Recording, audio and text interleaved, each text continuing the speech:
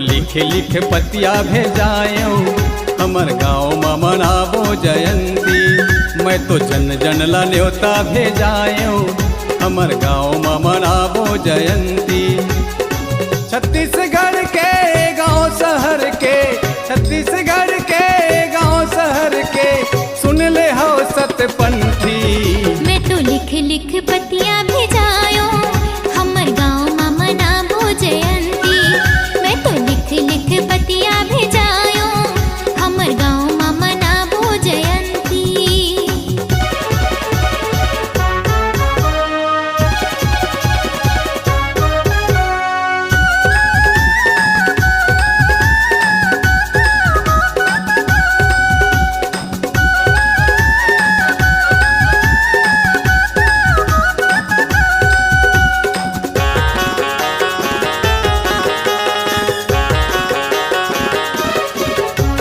पहली संदेश भेजे मैं जम्मू संतला, जिन्हा सहेजे हवे बाबा जी के ग्रंथला।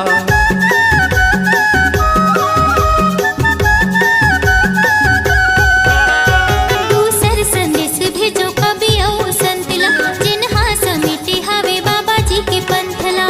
संत गुरु मन ध्वज फहराही, संत गुरु मन ध्वज फहराही, सुन ले हो सतपंथी। मैं तो लिख लिख पतिया भेजायो, हमर गाँव में मनाबो जयंती। मैं तो जन जन ला न्योता भेजायो, हमर गाँव में मनाबो जयंती।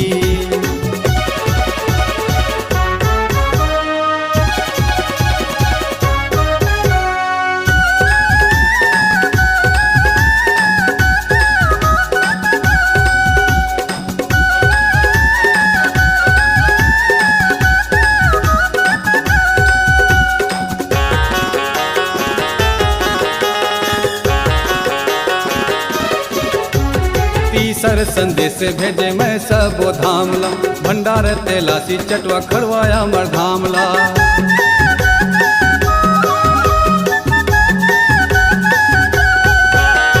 चौथी संदेश भेजो पचरी अमरतालला, बारा ढेरा तेली बांधा भद्रा पाम गड़ेला।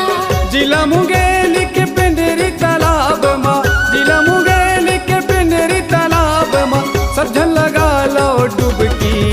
मैं तो लिख लिख पतिया भेजायो, हमर गाँव में मनाबो जयंती।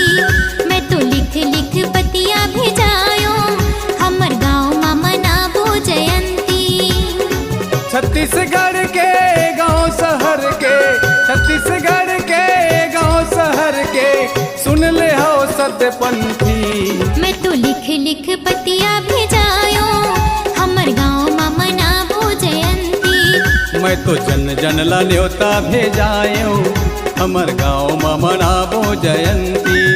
मैं तो लिख लिख पतिया भेजायो, हमर गाँव में मनाबो जयंती। मैं तो जन जन ला न्योता भेजायो, हमर गाँव में मनाबो जयंती।